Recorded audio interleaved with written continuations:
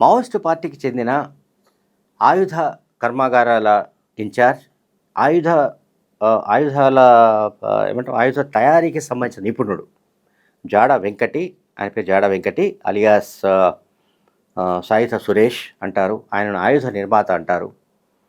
ఇంకొక పేరు విమల్ కూడా ఉంది. ఆయన ఎన్కౌంటర్లో చనిపోయాడు.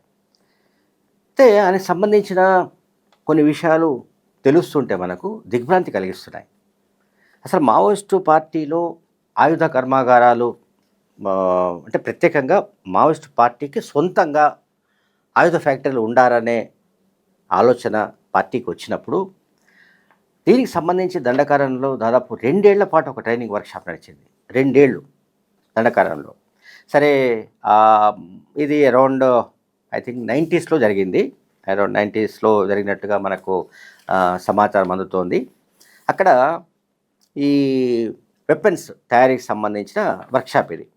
దాదాపు ఆల్మోస్ట్ 2 ఇయర్స్ జరిగింది. 1990 కాదు, 2000 జరిగింది. అంటే 2000 డిసెంబర్ 2న People's Liberation Guerrilla Army Maoist పార్టీకి సంబంధించిన సైనిక విభాగం ఏర్పడిన తర్వాత దండకారణ్యంలో ఒక ప్రత్యేకమైన వర్క్షాప్ను నిర్వహించారు. అంటే దీని ఏమంటారంటే వాళ్ళు పైలట్ ప్రాజెక్టుగా, అంటే ప్రత్యేకమైన ఆయుధ ప్రాజెక్ట్ అని చెప్పారు. ఆర్మ్డ్ ప్రాజెక్ట్ ఇది. అంటే ఈ ఆర్మ్డ్ ప్రాజెక్ట్లో ఆంధ్ర ఒరిస్సా బార్డర్, అట్లాగే తెలంగాణ, అట్లాగే దండకారణ్య స్పెషల్ జోనల్ కమిటీ, ఈ 3 కమిటీల నుంచి టెక్నికల్గా ఎవరైతే ఎక్స్పర్ట్స్ ఉంటారో, టెక్నికల్ నాలెడ్జ్ ఉంటుందో పార్టీకి సంబంధించిన సభ్యులు, దళ నాయకులు, వాళ్లను ఈ వర్క్షాప్లో వాళ్ళు పాల్గొనేటట్టుగా చేశారు. పార్టీ చేసింది. దీంట్లో ఇదివరకే అంటే ఈ జాడ వెంకటి అనే వ్యక్తి ఉమ్మడి ఆదిలాబాద్ జిల్లా బెల్లంపల్లి దగ్గరలోని సంట్రవెల్లి ఆయన స్వగ్రామం. ఆయన పార్టీలో అరౌండ్ 1990స్లోనే ఆయన వెళ్ళాడు. యాక్చువల్గా 1970s చివరిలో, అంటే ఎమర్జెన్సీ తర్వాత ఉమ్మడి ఆదిలాబాద్ జిల్లాలో నక్సల్ కార్యకలాపాలు ముమ్మరంగా జరిగిన సంగతి మనందరికీ తెలుసు. ఆ తర్వాత పీపుల్స్ పార్టీ ఏర్పడినప్పుడు దానికి అనుబంధంగా సింగరేణి కార్మిక సమాఖ్య ఏర్పడింది. సింగరేణి కార్మిక సమాఖ్యలో కూడా ఆయన కీలకంగా పనిచేశాడు.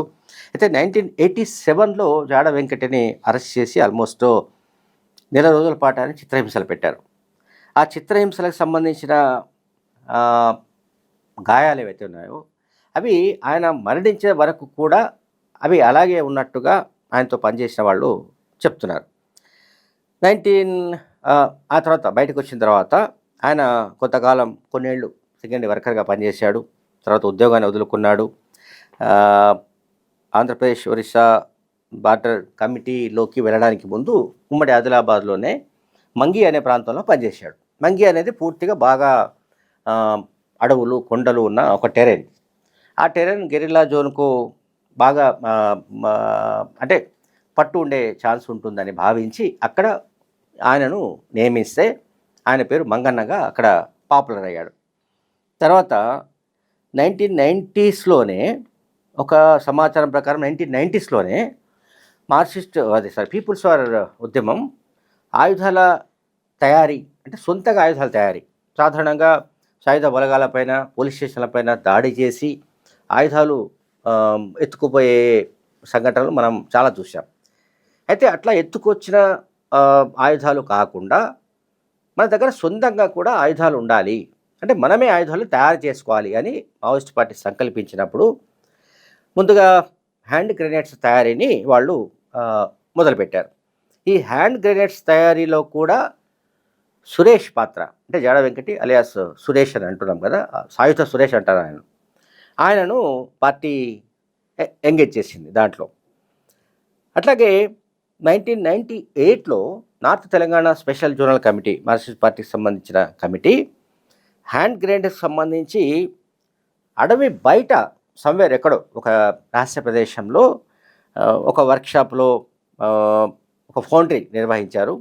ఆ ఫౌండరీలో మంగన్న, అంటే సాయుధ సురేష్, ఒరిజినల్ పేరు జాడ వెంకటి, అక్కడికి వెళ్ళి ఇసుకని ఎట్లా మోల్డింగ్ చేయాలి, ఎట్లాగే మట్టితో గ్రెనేడ్ నమూనాను ఎట్లా చేయాలి, ఆ తర్వాత సాల్చాలు ఎట్లా తయారు చేయాలి, కోర్ బాక్సులను ఎట్లా మోల్డింగ్ చేయాలి, వాటి ఎట్లా కాల్చి సిద్ధం చేయాలి, దీనికి సంబంధించి కూడా జాడ వెంకటి అలియాస్ సాయుధ సురేష్ పూర్తిగా ఆయన శిక్షణ పొందాడు.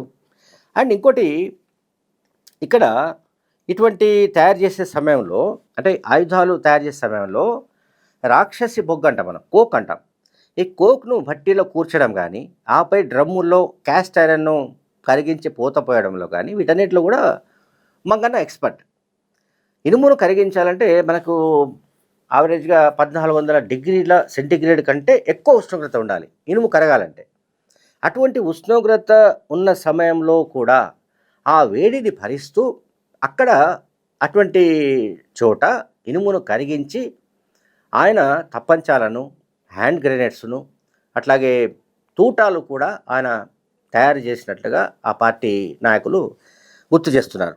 అంటే అటువంటి ప్రచండ వేడిని భరించి ఆయనతో పాటు పనిచేసిన వాళ్ళపైన అప్పుడప్పుడు కొంత నీళ్లు చల్లుతూ బట్టీల దగ్గరే ఆయన దగ్గరుండి ఆ పనులన్నీ అంటే ఈ హ్యాండ్ గ్రెనేడ్స్ తయారు చేసి ఎక్కడెక్కడైతే గెరిల్లా జోన్స్ ఉంటాయో, ఎక్కడెక్కడైతే పీపుల్స్ లిబరేషన్ గెరిల్లా ఆర్మీకి సంబంధించిన యూనిట్స్ ఉంటాయో, బెటాలియన్స్ ఉన్నాయో వాటికి పంపించేవాళ్ళు. సరే ఇప్పుడంటే పిఎల్జే బెటాలియన్స్ లేవు, లేకపోతే ప్లాటూన్స్ లేవు, లేకపోతే ఇది కంపెనీస్ ఇవన్నీ ఏమీ లేవు. నేను వాటి గురించి మాట్లాడలేదు. ఉన్నప్పటి సంగతి అంటే ఇప్పుడు జాడ వెంకటి ఎన్కౌంటర్ గురించి మనం మాట్లాడుతున్నాం. ఆయనను అంటే ఆ పార్టీలో ఆయనతో పాటు పనిచేసిన వాళ్ళు ఎట్లా గుర్తు చేసుకుంటున్నారు ఏమిటి అనే విషయానికి వస్తే, నేను ఇంతకు చెప్పినట్టుగా 2 years ఏదైతే పార్టీ ఒక వర్క్షాప్ నడిపిందో అందులో సెంట్రల్ మిలిటరీ కమిషన్ ఏవైతే ఆయుధాలు తయారు చేయాలని డిసైడ్ చేసిందో వాటితో పాటుగా హ్యాండ్ గ్రెనేడ్స్ అండ్ 12 bore తుపాకులు, తూటాలు కూడా ఈ సాయుధ సురేష్ తయారు చేసేవాడని ఆయనతో పాటు పనిచేసిన వాళ్ళు మావోయిస్టులు, మాజీ మావోయిస్టులు చెప్తున్నారు. అట్లాగే ఇంకొక వర్క్షాప్లో కూడా, ఇంకొక ప్రాజెక్ట్లో కూడా అతను పాల్గొన్నట్టు చెప్తున్నారు.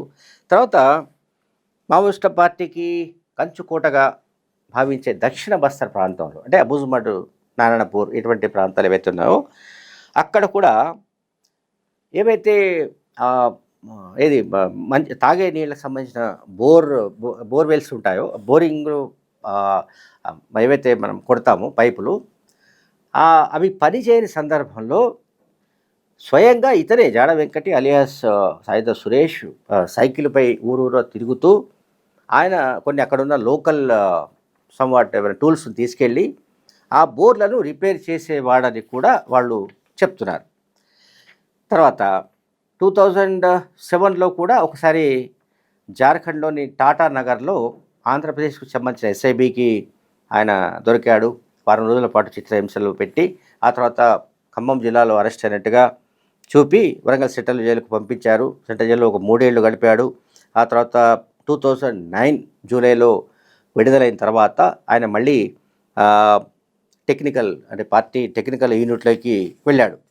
సో అంటే మొత్తంగా ఎందుకు ఇదంతా చెప్తున్నానంటే, ఆయన మావోయిస్ట్ పార్టీలో మిలిటరీ రంగంలో అత్యంత కీలకమైన వ్యక్తిగా పనిచేసినట్లు ఆయన చనిపోయిన ఆల్మోస్ట్ చాలా రోజుల తర్వాత, అంటే 4-5 నెలల తర్వాత వాళ్ళు చెప్తున్నారు. ఇది 2025 సెప్టెంబర్ 11న ఎన్కౌంటర్ జరిగింది. గరియాబంద్ అంటే ఆంధ్ర ఒడిశా బార్డర్ అంటారు, ఏఓబికి సంబంధించిన ప్రాంతంలో గరియాబంద్ ప్రాంతంలో జరిగిన ఎన్కౌంటర్లో ఆ పార్టీ కేంద్ర కమిటీ సభ్యుడు modem Balakrishna alias Manoj plus Suresh, అదే సాయుధ సురేష్ అంటారు, సాయుధ నిర్మాత అంటారు. అంటే ఆయుధాలు తయారు చేసే వ్యక్తి కనుక ఆయనకు అటువంటి పేరును పార్టీయే పెట్టింది.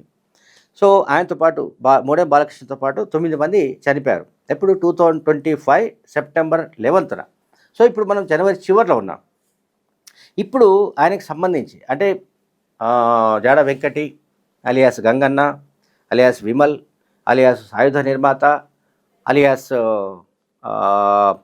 ఆయుధ నిర్మాత అలియాస్ ఆయుధ సురేష్ అనే వ్యక్తి దాదాపు 30-40 ఏళ్ళు ఆ పార్టీలో ఎట్లా పనిచేశాడు, ముఖ్యంగా వెపన్స్ తయారీకి సంబంధించిన రంగంలో ఆయన కాంట్రిబ్యూషన్ ఏమిటి, ఏ రకంగా కష్టపడ్డాడు, వీటన్నింటినీ ఆయనతో పాటు పనిచేసి లొంగిపోయిన వాళ్ళు చాలామంది గుర్తు చేస్తున్నారు.